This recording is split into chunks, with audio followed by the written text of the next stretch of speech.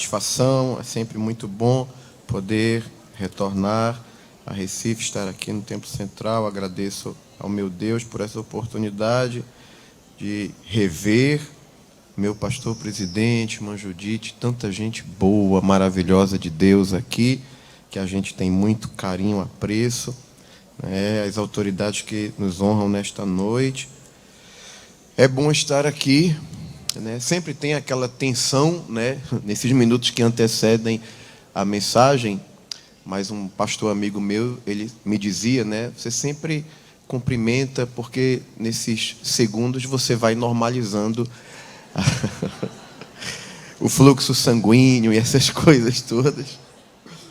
Mas eu quero agradecer, já agradeci a Deus, agradecer ao meu pastor. É muito bom, é sempre muito bom estar perto dele, em situações assim um pouquinho mais difíceis, mas eu sei que ele está orando por nós, assim como esse batalhão de mulheres de Deus. E eu sei que vocês vieram ouvir a voz de Deus, como eu também vim. E eu entendo que esse anelo por ouvir o Senhor falar fará com que o Espírito de Deus esteja ministrando uma palavra aos nossos corações. Eu recebi do meu pastor a incumbência de trazer uma palavra subordinado ao tema mulher cristã. Ia falar o outro estudo. Mulher cristã chamada para adorar. E gostaria de ler um texto da palavra do Senhor no livro de Esther, no capítulo de número 9. Alguns versículos 29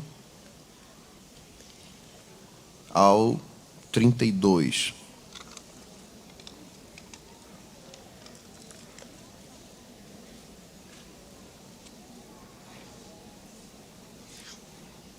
Diz assim a palavra do Senhor.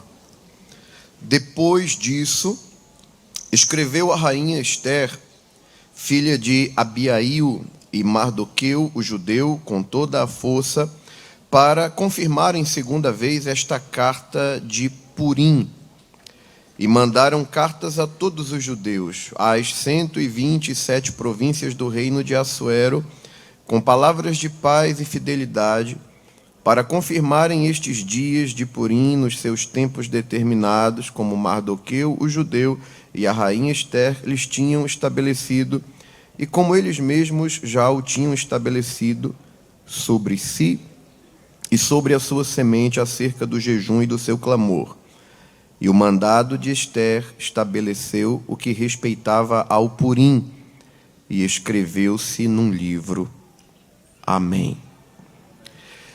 Falar sobre Esther como uma referência para adoração é um desafio, porque normalmente nós não vamos ter uma percepção de Esther ligada a atividades do templo. Normalmente nós não vemos Esther em trabalhos devocionais no que diz respeito ao culto judaico. Porém, nós entendemos que a vida de Esther, sua conduta, suas percepções, a forma como ela encara a realidade que se lhe apresenta, constitui a base para um modelo daquilo que deve ser a verdadeira adoração. Porque quando nós observamos Esther em sua trajetória e conduta, nós percebemos que a adoração ela vai muito mais além do que simples gestos ou performance pública espiritual. A vida de Esther revela o que está por trás daquilo que veio a se tornar uma celebração que foi passando de geração em geração, como foi a festa de Purim, que nós vamos estar abordando, creio que mais perto da conclusão.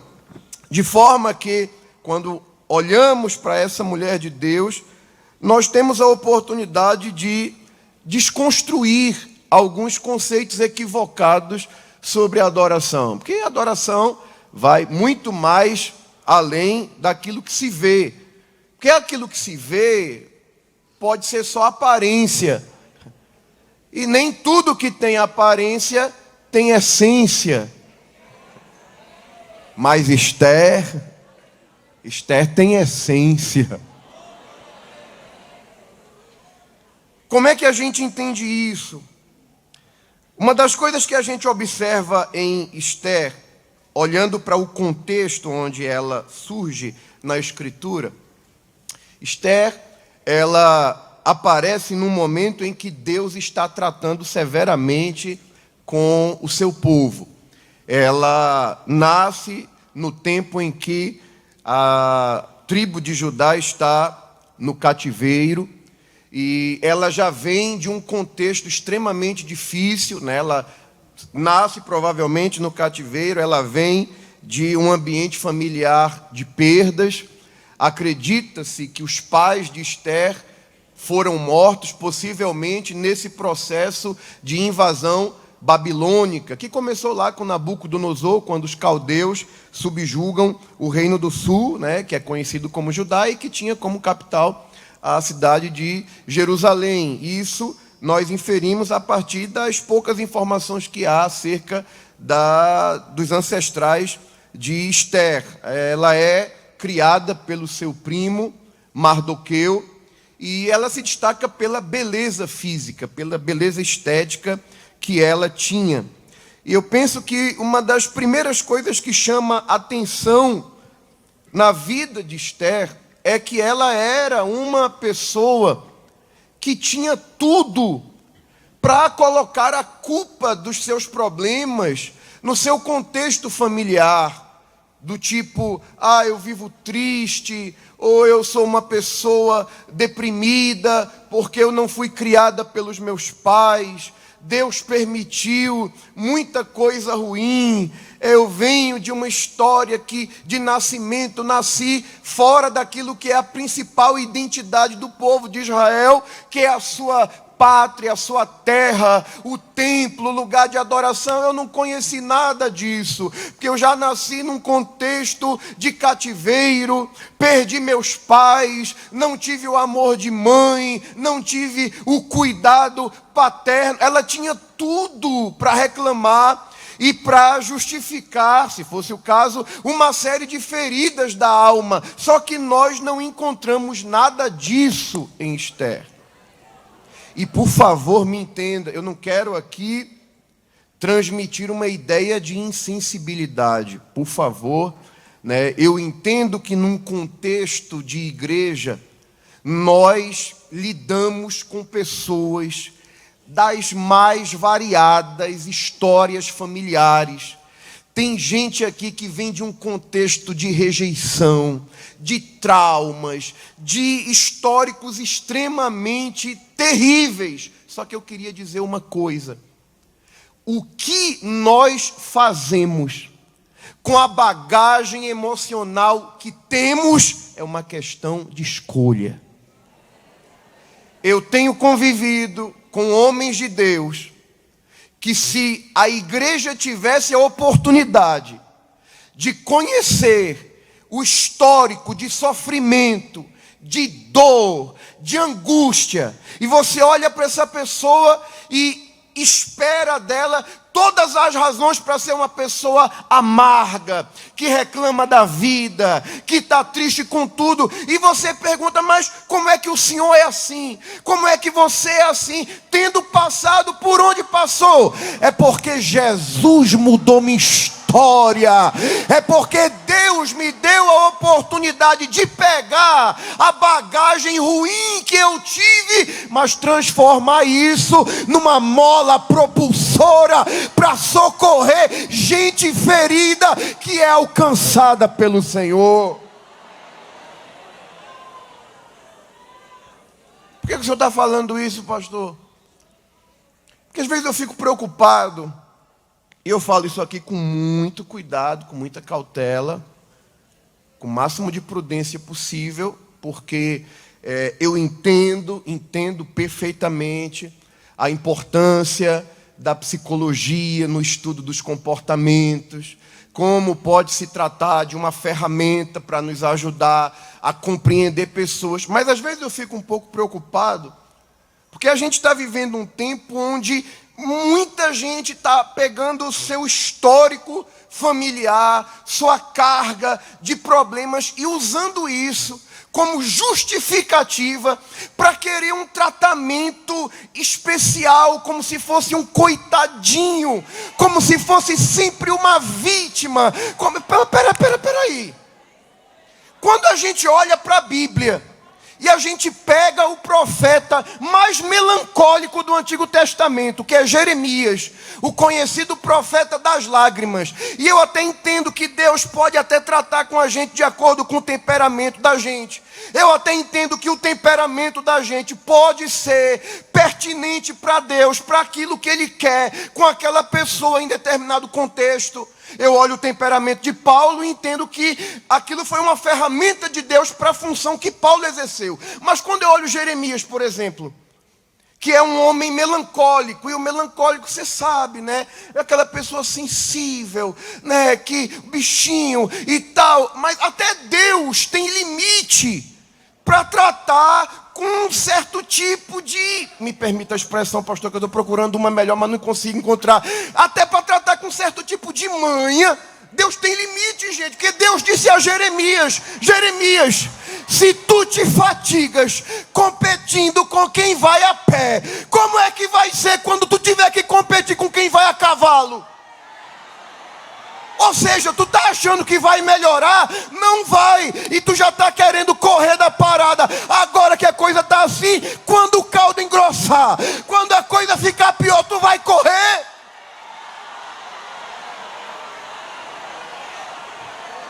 Aleluia.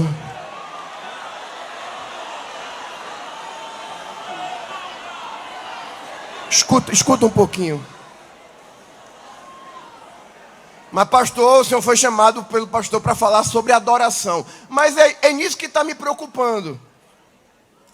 Porque nós estamos, muitas vezes, inconscientemente, cantando coisas que não tem nada a ver com adoração.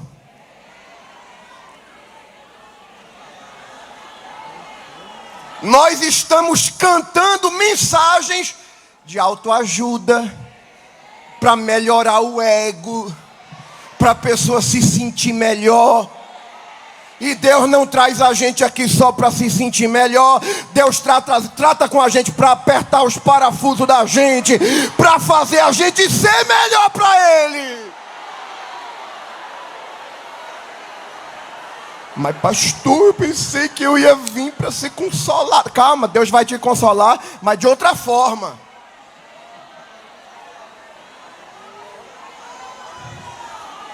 Escuta isso aqui, segura um pouquinho aqui. Às vezes, pastor, ou melhor, à medida que o tempo passa, eu sou mais convencido de que Deus tem certo senso de humor.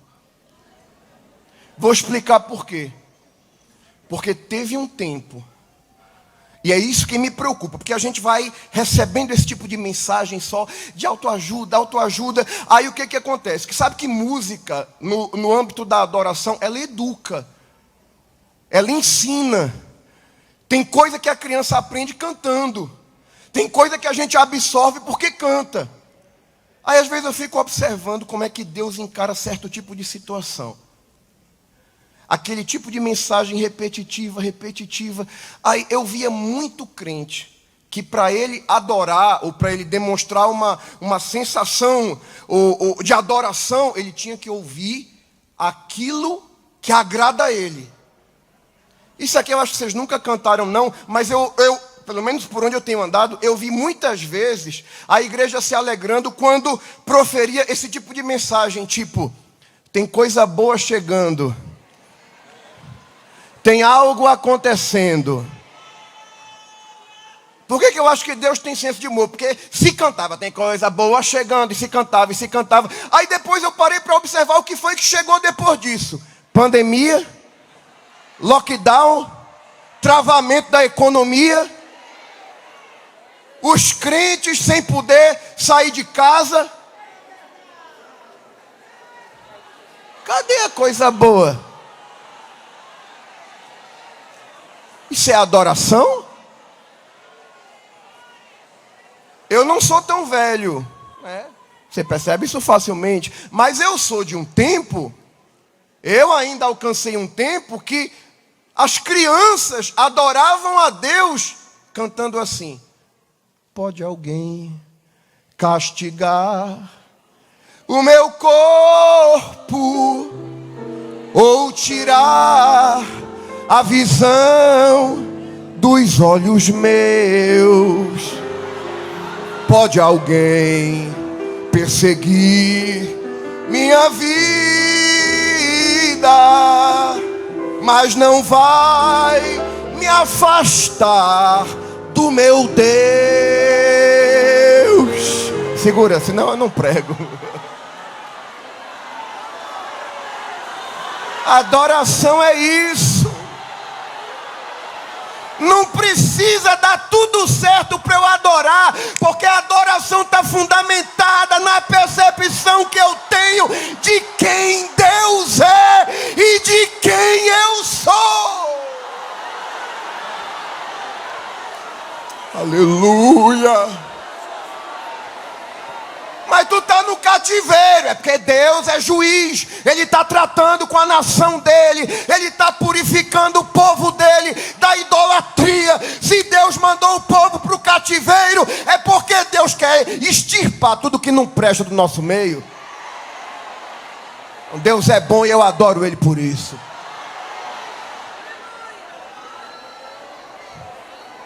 E se a gente ficar nessa de não tudo agora, é por isso que a gente vê esse crescimento desse tipo de linguagem coach, de linguagem de autoajuda, para fazer a pessoa, não querida, adoração não é isso não, é nada.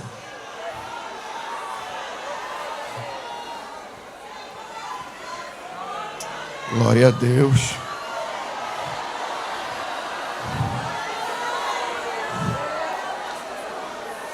Uma das pioneiras da nossa igreja, ela deixou a Europa, né, saiu da Suécia para acompanhar o marido. Começaram um trabalho lá em Belém do Pará. Belém do Pará é quente, né? Eu nasci em Manaus, parecido o clima. Ela contraiu malária várias vezes. Depois de estabelecerem um trabalho lá em Belém, em alguns estados, eles vêm para o Nordeste e foram para Alagoas começar o trabalho lá. E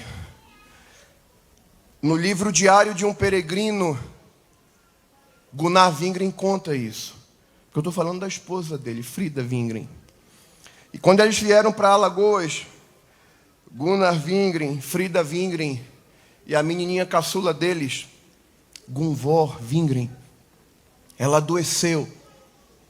E naquele tempo, o ilustre ministro Gilson, era diferente a percepção que se tinha do evangelho pentecostal naquele tempo, quando uma pessoa se convertia à fé evangélica, a autoridade religiosa da cidade, que muitas vezes mandava mais do que o prefeito, dizia: não pode enterrar no cemitério porque é pagão, vai contaminar o solo, e não deixava.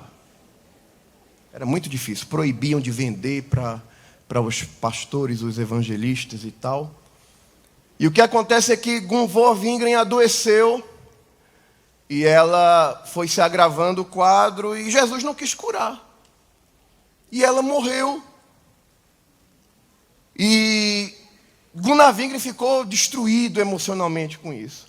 Tiveram que, me parece que viajar mais de 100 quilômetros até encontrarem uma cidade que permitiu eles sepultarem a filha. Ou seja, tiveram que rodar mais de 100 quilômetros com o corpo da filha, porque não puderam sepultar, porque a autoridade religiosa dizia que não podia, porque eram os nova seita, os bodes, como chamavam a gente antigamente. Se fosse hoje, com essa percepção alterada de adoração que a gente vê. Se fosse hoje, eu conheço muita gente que teria dito: Deus, eu não aceito isso, porque eu sou tua serva, isso não é algo para alguém que te serve, eu não aceito isso. E quem és tu? Nós somos cacos entre os cacos, e não compete a nós perguntar para o oleiro: por que tu está fazendo isso?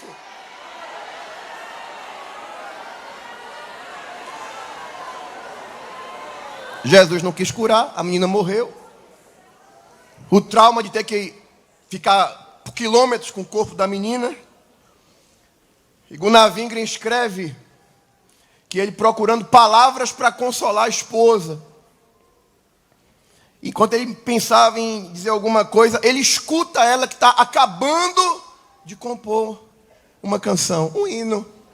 E entre os versos ela dizia: quando aqui as flores já fenecem, as do céu começam a brilhar.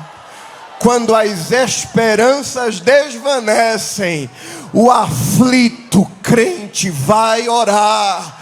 Os mais belos hinos e poesias foram escritos em tribulação, e do céu as lindas melodias se ouviram na escuridão. Ainda hoje, tem servas de Deus que quando fazem propósito de buscar o Senhor, vou cantar tantos hinos, canta esse hino e adora a Deus em uma expressão de louvor que nasceu em um contexto de profundo sofrimento e sentimento de perdas. Oh, glória a Deus! Essa é Esther. É nesse contexto que ela surge. Aleluia! Ah, como eu sinto Deus aqui com a gente. Parece que o Espírito Santo está apertando uns parafusos assim na gente, dizendo assim: eu vou mudar essa tua percepção. Tu vai entender o que é adorar de verdade, é com a tua vida. Aleluia.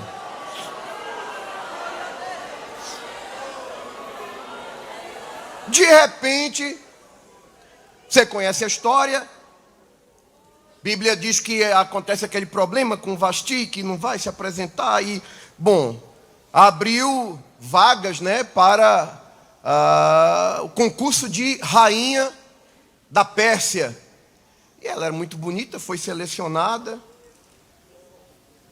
E agora ela se vê numa situação de guinada, né, de 180 graus. Ganharam, né, as moças que foram selecionadas ganharam 12 meses, né, um ano de spa gratuito, sendo tratadas com óleos de mirra. Se alegre mesmo.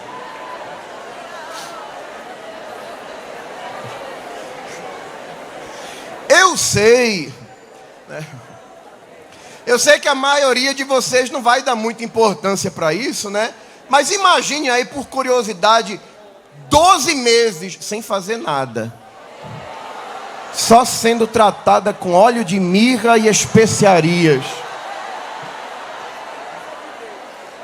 Deus faz isso.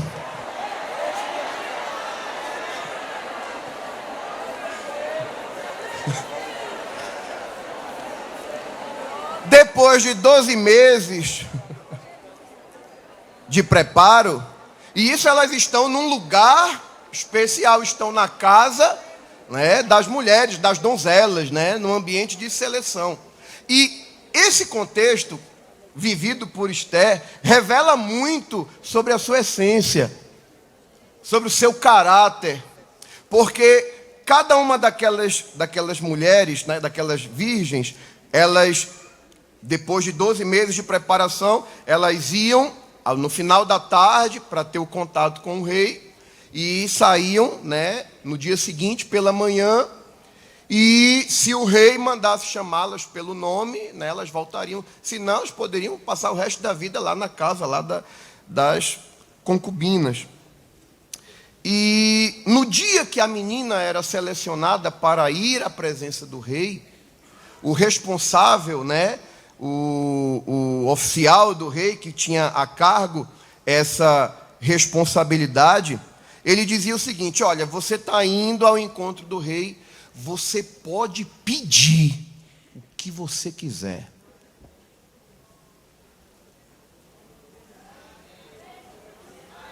Se Esther fosse, como muita gente que eu conheço, ela teria dito: é agora.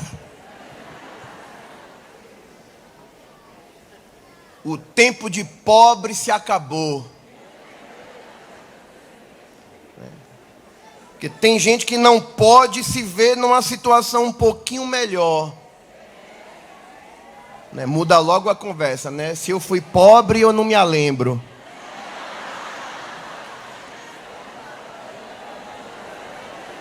Tem gente, deixa eu colocar num contexto mais do evento, né? Tem mulher que o marido não pode ganhar uma honra a mais.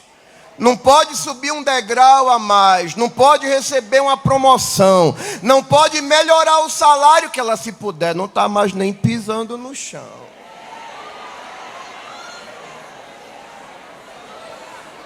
Não, agora Deus mudou o quadro, agora eu sou da elite.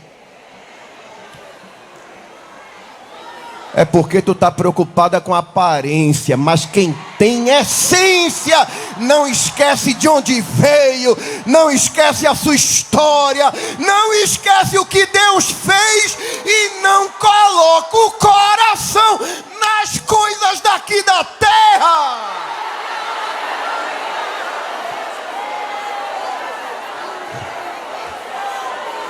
Aleluia! Oh, glória!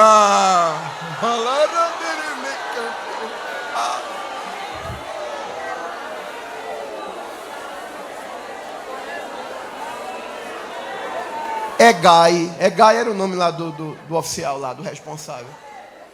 Tu vai querer o quê? Quero nada não. Mas quero nada não. Para mim tanto faz. Tá com meus irmãos na favela, tá no palácio chique, não faz diferença não. Cantar aqui no Templo Central, cantar lá na congregação dentro do mangue, faz diferença não. O meu negócio é com o céu. Isso aqui tudo é passageiro, isso aqui tudo passa.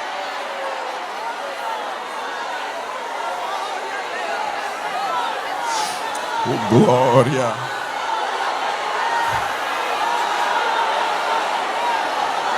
E às vezes Deus exalta a gente para revelar quem a gente é,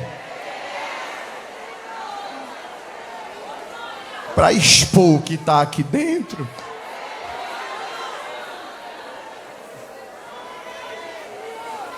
Gente, pesquisando sobre o assunto, eu vi alguns estudiosos comentarem que algumas moças que eram selecionadas, elas eram instruídas sobre técnicas. Eu falo isso aqui com muito temor. Elas eram instruídas, ensinadas sobre como satisfazer um homem na sua intimidade. Eram treinadas para isso. Algumas, desde a infância, até na forma de andar, de se movimentar, porque os pais sabiam que a menina era bonita, podia haver uma seleção, e a mãe já preparava: olha, você, se tiver uma oportunidade de ir para o harém do rei, você tem que fazer assim, assim, assim, assim. E Esther era crente.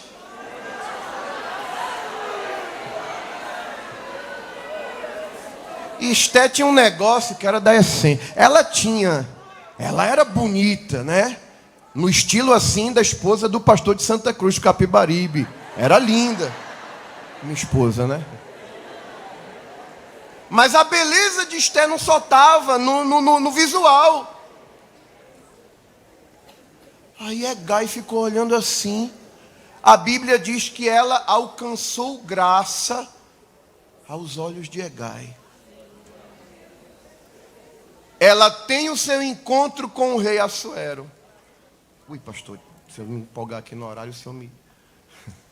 Ela tem o seu contato com o rei Assuero. Parece que eu estou vendo. Terminou. Assuero fica olhando assim para ela.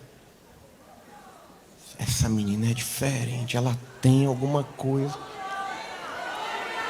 Isso aqui está na conjectura. Mas eu acho que quando Esté foi saindo, ele disse: ô filhinha, peraí.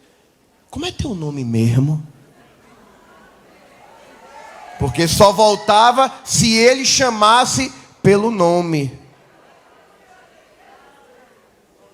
Tu não precisa de arrumadinhos daqui da terra, não precisa consultar os gurus da internet para resolver, para alcançar teus objetivos, não. Tem uma coisa que se chama graça, que coloca a gente em todos os ambientes que Deus quer que a gente entre. Esté alcançou graça aos olhos de Hegai, o oficial. Esté alcançou graças aos olhos do rei. E não é tão difícil alcançar graça diante da autoridade, porque diante da autoridade todo mundo só mostra o lado bom. Oh, meu rei, oh, meu pastor, oh, que... Não é tão difícil. Não é tão difícil alcançar graça quando você demonstra tudo de bom para quem está num nível assim de certa autoridade. Mas a Bíblia diz que Esté alcançou graça diante do rei, diante do oficial e diante de todo mundo. Todo mundo olhava. Essa aí não pediu nada. Meu Deus, como ela é simples. Isso é um elogio lindo de uma mulher de Deus ouvir. Era Esté. Tinha graça. Curiosamente, quando você observa o significado da palavra graça, no original, segundo o dicionário de Strong, a palavra graça significa favor, aceitação. Mas um significado extremamente curioso do termo graça é elegância.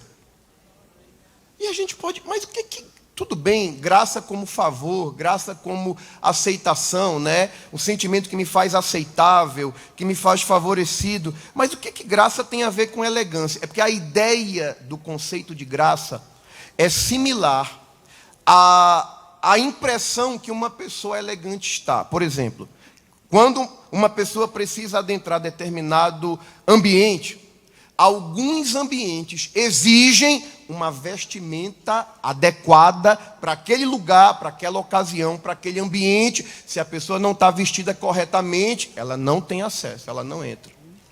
Em que sentido graça tem a ver com elegância?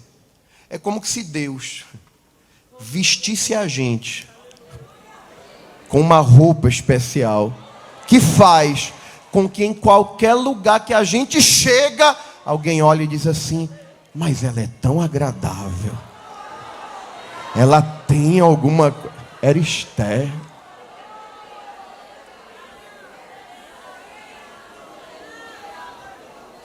É esse tipo de graça que faz a diferença na adoração. Eu lembro, acho que eu nunca contei isso aqui, pastor. Eu passei um tempo afastado da igreja, na minha adolescência, e voltei já perto dos 18. E nesse tempo eu era roqueiro mesmo, né? Bem envolvido com essas coisas. Ninguém imagina, né? Mas já fui. Eu sei que é difícil, mas já fui. Roqueiro mesmo, aqueles pesadão mesmo. E não acredito que eu contei isso aqui para essa multidão de mulheres, pastor. Minha mãe já tinha voltado a frequentar a igreja e minha mãe disse: você me leva no círculo de oração? Eu disse: levo. vamos lá, hoje vai estar uma irmãzinha lá que canta, ela é uma bênção. E eu não tinha nenhum problema, porque fui criado no Evangelho, na infância. Eu tinha aquela ideia, né? Não, eu estou afastado, eu quando estiver perto de morrer, eu volto para a igreja, faço as pazes com Jesus, está tudo certo. Nunca que eu pensava de voltar para a igreja na juventude. Aí, então não tinha nenhum problema de levar minha mãe no círculo de oração e ficar com ela lá até terminar. E fui com minha mãe. Cheguei no círculo de oração. Era num período de férias, né? Tinha uma bancada assim, cheia de jovens. Sabe que na igreja a maioria, né, é do sexo feminino, então tinha um monte de jovens na frente. Eu estou falando isso porque normalmente um rapaz jovem que não tem interesse de voltar para Jesus, quando ele se depara com uma bancada cheia de jovens, de moças, jamais que ele vai chorar na frente de um monte de menina.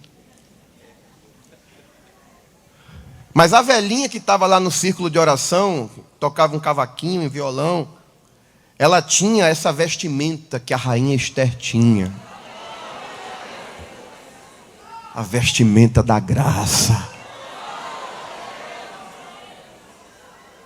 E o meu estilo musical não tinha nada a ver com dela, mas quando ela pegou o violãozinho e começou: o filho ficou irado quando a sua mãe a Jesus aceitou.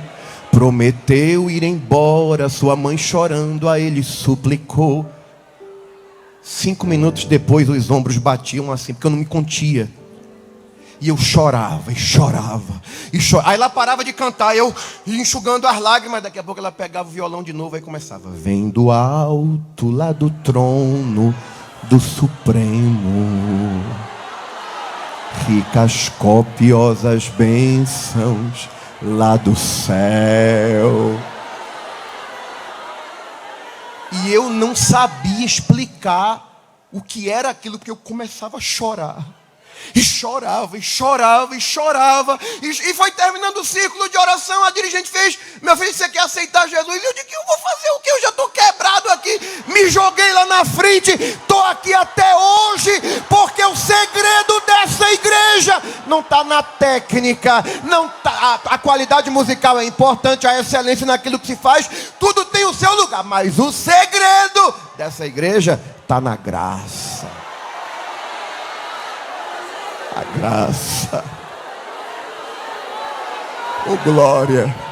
Eu estou sentindo essa graça aqui. Levanta a tua mão, crente. E se tu trouxe glória, abre a boca para dar glória.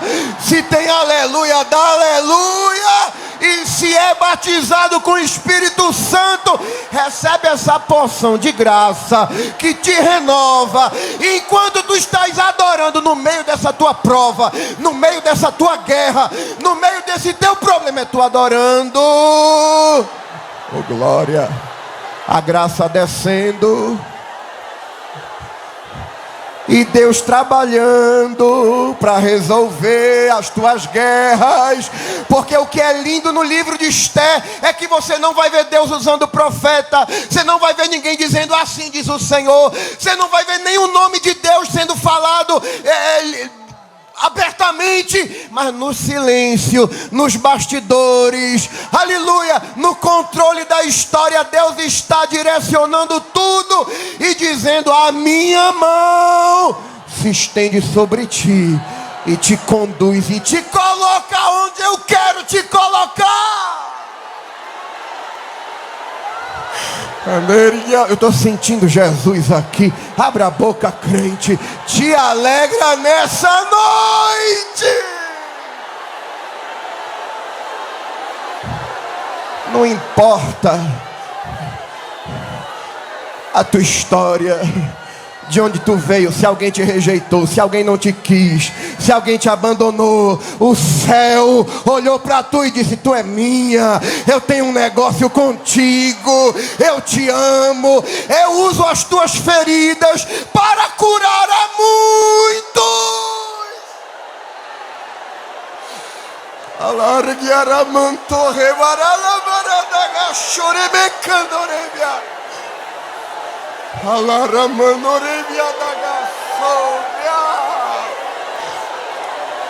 Aleluia.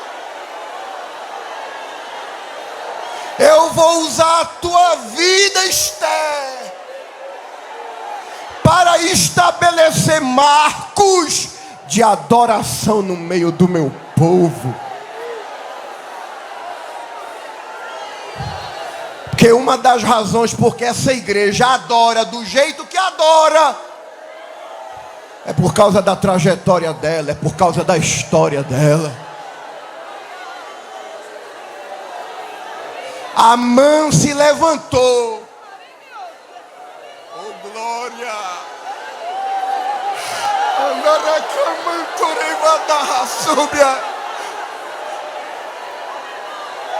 Amã se levantou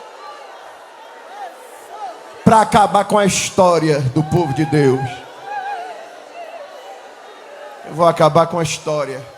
Era o espírito do anticristo, o mesmo espírito que atuou em Hitler, o mesmo espírito que atuou em Faraó, o mesmo espírito que atuou em Herodes. Porque o diabo sabe que se ele acaba com Israel, as promessas de Deus caem por terra.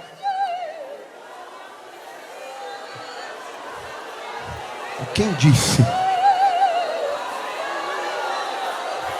3 coisas indestrutíveis: a nação de Israel, a palavra de Deus e a igreja do Senhor.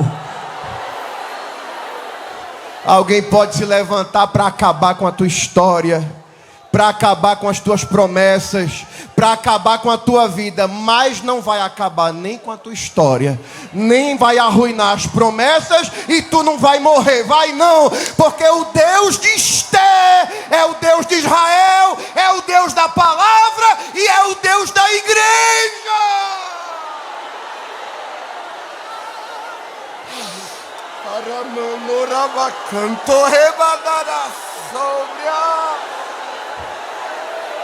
Marário leva a séria. Escuta isso.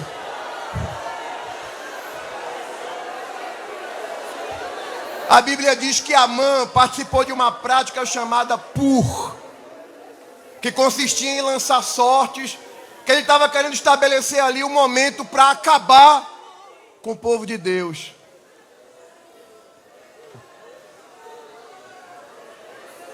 Só que quem tem essência, quem tem história, quem tem convicção, é o diabo levantando alguém através de pur, e Deus olhando do céu e diz assim: eu vou transformar em purim. O que o diabo está fazendo para te destruir, eu vou transformar num marco de adoração para você se lembrar do que eu fiz por você. Eu gosto de Esté, pastor. Esté no palácio nunca perdeu o contato com o primo dela, Mardoqueu. Eu posso estar aqui na chiqueza, na realeza, no status, mas eu não esqueço minhas raízes. Quem me ensinou o que eu aprendi foi Mardoqueu. Mardoqueu foi meu pai. Pode não ter sido o pai biológico, mas foi quem me ensinou. Eu não abro mão do que eu aprendi. E eu gosto, pastor, é da criação de Mardoqueu. Porque normalmente quem cria uma menina bonita, né? Normalmente aquele... Não, ela é muito linda, olha que coisinha. Mas tu vê Mardoqueu falando com Esté. Esté, é o seguinte: está acontecendo isso aqui, e tu vai ter que falar com o rei, aproveitar que para esse tempo Deus te colocou aí. Agora eu acho interessante o incentivo de Mardoqueu. Eu penso que Mardoqueu, se fosse de hoje, era assembleano. Porque ele diz assim: ó, e não fica pensando que se tu te calar. Porque tem gente que se acha, né? Me permite a expressão, pastor, é só para facilitar a compreensão. Se acha a última bolacha do pacote, do tipo: se não for eu, se eu não solar, não vai dar certo. Se não me chamar, Não vai dar certo. Querida, se eu que estou aqui, achar que eu sou alguma coisa, Deus vai lá na boca de fumo, tira um melhor do que eu, salva, batiza com o Espírito Santo, enche de fogo, coloca aqui e alegra a igreja muito melhor do que eu.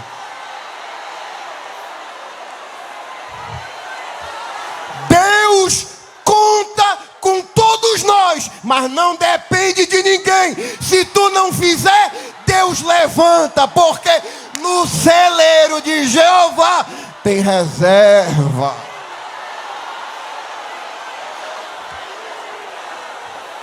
Eu gosto de Mardoqueu, pastor. Se fosse hoje, Mardoqueu era do ministério da gente. É porque está se achando estrelinha, é? Se tu te calar, Deus vai mandar socorro de outro lado, mas Ele manda, porque Ele tem negócio com esse povo.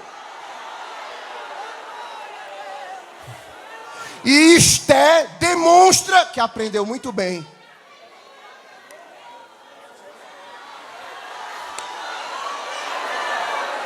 Escuta isso aqui. Não é tão difícil entrar num propósito.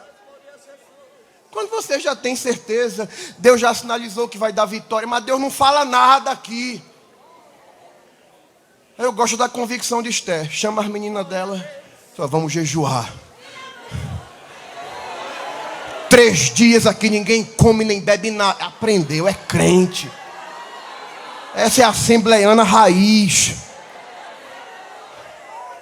Não é esse evangelho Nutella que fica terceirizando. Liga para fulana, fulana é um vaso, ela vai profetizar para mim, depois eu abençoo ela com uma oferta. Não, vamos orar, vamos jejuar, vamos entrar no altar. Manda o povo fazer o mesmo, Mardoqueu, e eu vou entrar na presença do rei, ainda que ele não me chamou. Mas peraí, eu vou, e se tiver que morrer, eu morro. Eu sei quem eu sou.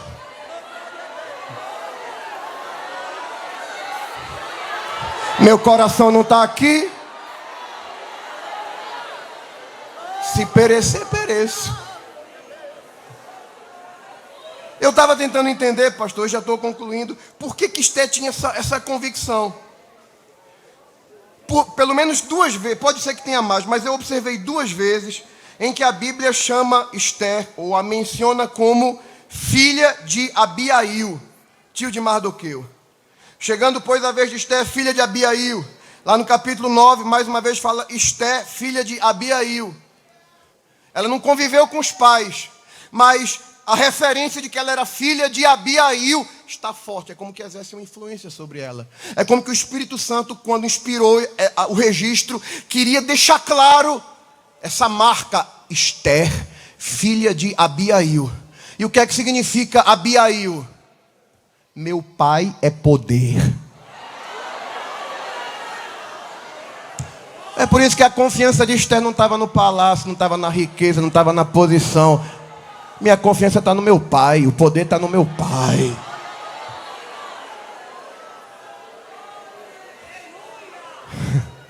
O poder está no meu pai. Eu não sou um vitimista. Não. Deus está no controle, está conduzindo tudo. Eu tenho convicção, tenho essência. Não abro mão das minhas raízes. Aprendi na forma pequena, na forma de Mardoqueu. E se tiver que morrer, eu morro. Aí eu fico, Deus no silêncio olhando assim, tipo, vai lá, filhinha. Pode entrar na presença do rei. Está tudo certo. Porque está escrito em Provérbios, como ribeiros de águas, assim é o coração do rei na mão do Senhor. A tudo quanto quer, o inclina. Tu não precisa de arrumado, de ajeitado. Não. O dono do céu é teu dono e ele move o coração do rei na direção que ele quer. Você conhece a história? Quem preparou a forca terminou morrendo nela, enforcado. Quem trabalhou no para acabar com a tua história, virou purinho. Pode até ser engraçado, mas é profético nessa noite. Eu digo aqui da parte de Deus, o do inimigo vai se transformar em purim na tua história, porque a tua descendência vai conhecer a tua história. Pastor, por que eu sofro tanto? Porque tu vais deixar um legado nas gerações futuras. Teus filhos falarão para os teus netos: mãe era assim, mãe me ensinou assim, eu aprendi com mãe a vencer no altar, a vencer no joelho. Deus está construindo marcos de adoração através das tuas experiências. Recebe graça de Deus nessa noite. Recebe graça de Deus. Recebe intervenções de Deus. Quem sabe hoje Deus não está deixando um marco na tua vida. Tu vai chegar em casa: eu fui só para adorar e voltei curada. Levante a sua mão, diga algumas palavras para aquele que governa a tua história, que direciona a tua vida, que guia os teus passos. Só quem tem essência desfruta dessas experiências. Leva contigo nesta noite intervenções de Deus, o agir oculto de Deus nas tuas causas, nas tuas guerras, na tua casa, na tua família, na tua saúde, no teu casamento. Levante a sua mão para receber algo que está descendo do céu. Se tu crê, tu vai receber. E se tu não crê, não tem problema não. Deus vai fazer do mesmo jeito, porque Ele tem compromisso com a sua palavra. Levante a sua mão, adore a Ele.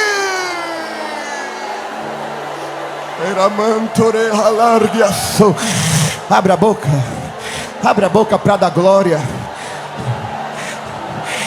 Da glória. É a adoração mais básica do assembleiano. É glória. É glória. É glória. Isso aqui não é emocionalismo. É não. Isso aqui é do céu. Isso aqui é espiritual. Enquanto você adora, algo sobrenatural está acontecendo. Panelinhas de Satanás estão sendo quebradas. Laços de adultério estão se partindo. Deus está intervindo. Ele vai fazer alguém inclinar o coração ao teu favor. Vai.